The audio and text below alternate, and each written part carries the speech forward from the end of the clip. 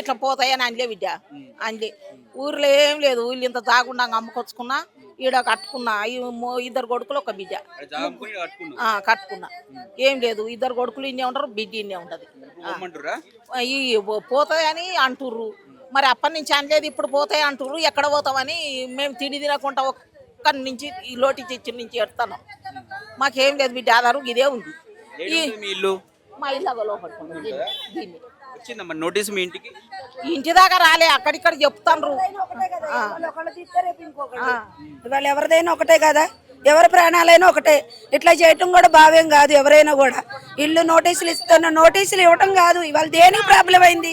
మేము ఉంటాం, దేనికి ప్రాబ్లం కాలేదు, దేనికి ప్రాబ్లం కాలేదు. అక్కడెక్కడో జరిగిందని ఈ లక్షలాది మందిని మమ్మల్ని నాగం చేసుడైంది. పైలట్ తేడానో, వాతావరణం తేడానో, దానికి ఏమైనా ఇబ్బంది ఉందేమో. వాళ్ళని చూసుకోకుండా మమ్మల్ని చిన్న చిన్న వాళ్ళని నేలదొక్కటం ఏంటో నాకు అర్థమైతే లేదు. లక్షల ఓట్లు గరీబ్ వాళ్ళం, లక్షల ఓట్లు ఎత్తేనే గెలిచిండు ఎమ్మెల్యే. ఆడికెళ్ళి గెలిచిండు బిడ్డ. కాలేజీలలో ఉండేటోళ్ళు ఎత్తే గెలవలే. మా గరీబ్ వాళ్ళు మా లేబర్ మంది ఎత్తేనే గెలిచిండు. మా లేబర్ మంది యాడికైనా ముందుకు వచ్చినాము, కారపడి పట్టుకొచ్చినాము కొడతామని. మా దగ్గరకు వస్తే కూడా మా దగ్గర రాలేదు కూడా. మా ప్రాణాలు పోయినా సరే మేము దేనికైనా తెగిడతాం. వాళ్ళు ఇప్పుడు ఏసీలో కూర్చొని మా వల్ల వాళ్ళు మంచిగా ఉండారు కదా, వాళ్ళు బాగుండారు. మాకేం చెప్పారు? గెలిచినప్పుడు మేము పట్టాలు ఇస్తామన్నారు. ఇప్పుడు ఒకళ్ళు రావట్లేరు. ఎవరికి లేరండి, ఎవరికి లేరు. మాకు పట్టాలు లేదు, ఏమి లేదు. మాకు ఆందోళన అవుతుంది. ఎవరొకరు చచ్చిపోతున్నారు, టెన్షన్ అవుతుంది. ముసలి భయం అవుతుంది. కోడళ్ళు కొడుకులు తిడుతున్నారు, నువ్వు ఇది సంపాదించావా, ఇది చేసేవా అని. మేము ఏదో మా బాధలు మేము బతుకుతుంటాం, మీరు ఎందుకు మమ్మల్ని ఇబ్బంది పెడుతున్నారు? మా జోలికి రావద్దండి ప్లీజ్. మీరు ఎవరు కూడా మా దగ్గరికి రావద్దు. మేము కూలి పని చేస్తామండి, మార్కెట్ లో కూలి పని చేస్తాం. అంతా మాకు ఈడే మార్కెట్ లో గంపల కూలి ఏదో మేము చేస్తాం. అంతా మాకు ఈడ అందరూ ఫస్ట్ నుంచి 50 ఏళ్ళ నుంచి లేదు. ఇప్పుడు ఏందండి మీకు అంతకన్నా మా ఏరియా మీద మీరు ఎందుకు వస్తున్నారో మాకు అర్థమైతే లేదు. తీసుకోవద్దు, మమ్మల్ని మాత్రం అంగడిగా చేయొద్దు. మమ్మల్ని సంపకుర్రి, ఇంత జనాన్ని సంపకుర్రి. కళ్యోగం పుట్టవతవుది, పెరగవతవుది, కానీ గెలిచిన మంచిది కాదు. ఇవాళ దాకా చెప్పలే. మమ్మల్ని మాత్రం అంగడంగడి చేసి మమ్మల్ని పానాలు తీయకుండ్రి. హైదరాబాద్ లో ఇక్కడ ఉండే ఓట్లు ఎక్కడా లేవు. లక్షల ఓట్లు మాకే ఉన్నాయి. లక్షల మంది కుటుంబాలు ఉండారు ఇక్కడ. మా 10-15 కాలనీలు ఉన్నాయి. మా జోలికి మాత్రం ఎవరు రావద్దు. మేము ఎవరినేమో ఇది చేయలేదు. ప్రతి ఒక్కరు వచ్చినా ఆదరించాము. వాళ్ళతో పాటు మేము గల్లీ గల్లీ తిరిగాము, వాళ్ళని గెలిపించాము, వాళ్ళని ఒక సీట్లో కూర్చోబెట్టాము. ఇప్పుడు ఎందుకు మా బాధలు పట్టించుకోవట్లేదు? మేమేం చేసాము అంటే మేము గెలిపిస్తే మా తప్పయిందా? మాకు అట్టేటప్పుడు మరి ఎస్పీ నెంబర్ ఎందుకు ఇచ్చారు?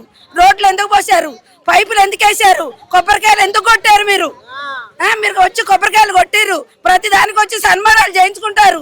మేమేంటి ఇప్పుడు? మా పరిస్థితి ఏంటి? మాకెవరు అండా? ఎక్కడున్నా సరే మేము చెప్తున్నాం. ముఖ్యమంత్రి గారు కానీ, మోడీ గారు కానీ, రేవంత్ రెడ్డి గారు కానీ, శ్రీ గణేష్ గారు కానీ, ఎవరైనా మా దగ్గరికి మీరు రావాలి. మా సమస్య పరిష్కారం చేయాలి.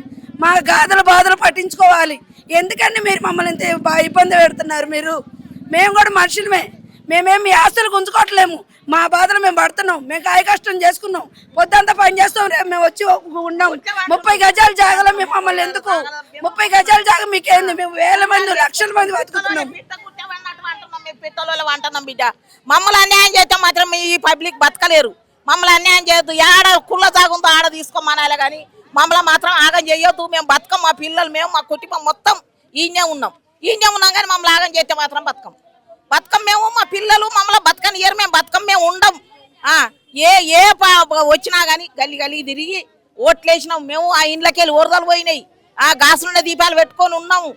నీళ్లు లేక కచ్చకడ నీళ్ళు దాక్కుంటా గుంతలు తోడుకొని గుంతల నీళ్ళతో పోసుకొని తాగి ఉన్నాం. మేము ఈ 50 ఏళ్ళ నుంచి ఇప్పుడు ఎందుకు వచ్చింది ఆయనకు? ఇప్పుడు తీసుకుంటాను ఎందుకు అంటుండు? మీకు పబ్లిక్ అయితే న్యాయం కాదు బిడ్డ.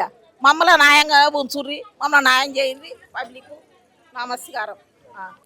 ఇప్పుడు 30-35 ఏండ్లు, సంవత్సరం 40 ఏండ్లు మేము గుడి చేసుకొని ఉన్నాము. నీళ్ళు వచ్చినాయి సారు, బాగులకి వెళ్ళి నీళ్ళు వస్తే పియ్యి తిన్నాము, రోత తిన్నాము. ఇంత నీళ్లు 4 రోజులు మా ఇంట్లోకి నీళ్ళు పోలేదు సారు.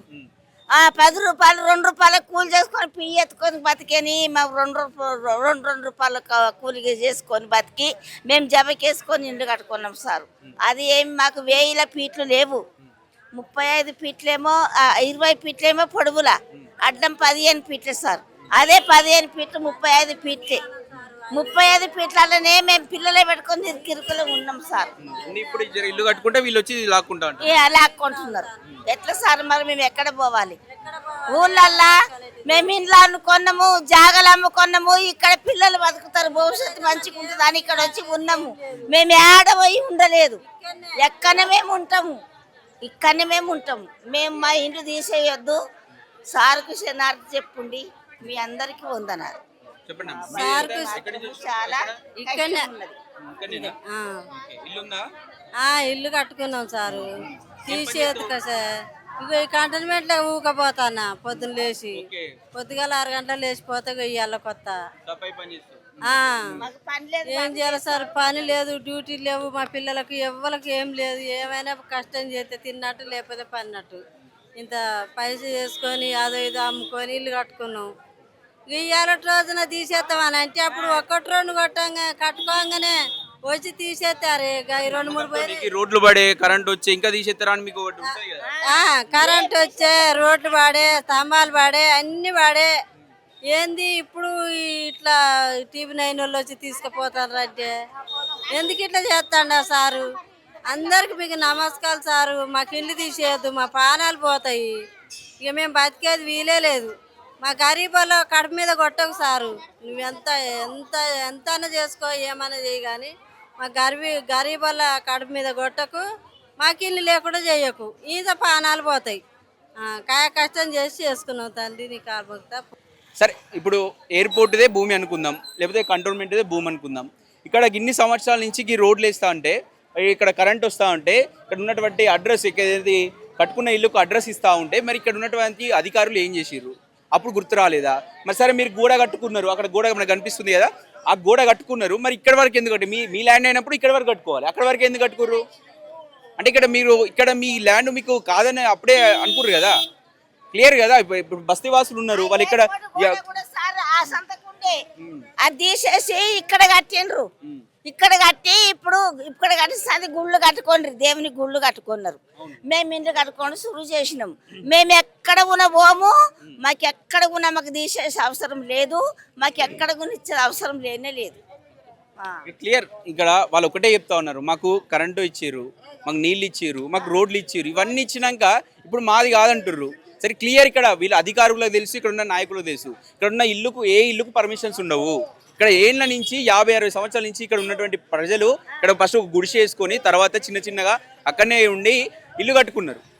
ఇప్పుడు వచ్చేసి చివరికి ఏదో కష్టం కూలి పని చేసో ఏదో రూపాయి జమ చేసుకొని ఒక ఇల్లు కట్టుకున్న తర్వాత మీరు ఇప్పుడు వచ్చి సడన్గా ఇది మీ ఇల్లు కాదు, అది మీకు ఏం పర్మిషన్స్ ఉన్నాయి, మీకు ఏం హక్కులు ఉన్నాయి మీ ఇల్లు మీద అని అడిగితే అసలు జనాలు ఎటుపోతారు? పేద ప్రజలు కదా, కూలి నాలు చేసుకునే ప్రజలు కదా. మీకు ఒకళ్ళకి కావాలనుకుంటే ఇంకా సింపుల్ అండి. ఇక్కడ బేగంపేట ఎయిర్పోర్ట్ ఎందుకు పనిచేస్తుంది? ఈ శంషాబాద్ ఎయిర్పోర్ట్ ఉంది క్లియర్గా ప్యాసింజర్స్ కోసం, అది ఇంటర్నేషనల్ ఎయిర్పోర్ట్ కాబట్టి అక్కడ అన్ని సౌకర్యాలు అక్కడ ఈజీగా పెద్దగా అక్కడ అందరికీ అవైలబుల్లో ఉంది. మరి ఇది దీన్ని ఎందుకు ఉపయోగిస్తారు? విఐపీలు వచ్చినప్పుడు ఉపయోగిస్తూ ఉన్నారు. మరి దీనికి అసలు రష్యే లేదు. ఎప్పుడో ఒకసారి విఐపీ వస్తాడు, ఆ విఐపీ పోయినప్పుడల్లా ఉపయోగించే ఎయిర్పోర్ట్ తప్ప ఇక్కడ సాధారణ ప్యాసింజర్స్ ఉపయోగించే అవకాశం లేదు. అట్లాంటప్పుడు మరి మీకు ఈ ల్యాండ్ ఇక్కడ ఉన్నటువంటి దీని మీద ఎందుకు మీరు కనబడ్డది? మీకు ఇప్పుడు ఈ భూమితో మీకు ఏం అవసరం వచ్చింది? సింపుల్గా మీకు అక్కడ అంత అవైలబుల్ ఇంటర్నేషనల్ ఎయిర్పోర్ట్ ఉంది, అది ఎంత ఇబ్బంది లేవు, అక్కడ మంచిగా ఇబ్బంది లేకుండా సాగుతుంది. మీరు ఆలోచించాల్సిన అవసరం ఉంది. అసలు ఇక్కడ రష్యే లేదు ఎయిర్పోర్ట్ బిల్ ఇక్కడ బేగంపేట ఎయిర్పోర్ట్కి. మరి మీకు ఈ ల్యాండ్ అవసరం ఏమొచ్చింది? సరే, అక్కడెక్కడో జరిగింది ఆ ఇన్సిడెంట్, దానివల్ల మీరు ఇక్కడ క్లియర్ చేపిద్దాం, జనాలకు ప్రాణాలకు ప్రమాదం ఉందని మీరు అనుకుంటవచ్చు. కానీ ఇక్కడ రష్యే లేదు కదా, ఎయిర్పోర్ట్ రష్యా లేనప్పుడు మీకు వీళ్ళ భూములు ఎందుకు? ఎప్పుడో నాకు తెలిసి ఓ రోజుకి ఒక్క ప్లేన్ కూడా రాదు ఇక్కడికి, ఒక్క ప్లేన్ కూడా రాదు. ఎప్పుడో ఒకసారి వస్తుంది. మీకు అంతా విఐపి కోసం వాడుకోవాలంటే పక్కన కొంచెం పోతే అక్కింపేట ఎయిర్పోర్ట్ ఉంటుంది, ఆ ఎయిర్పోర్ట్ని వాడుకోవచ్చు.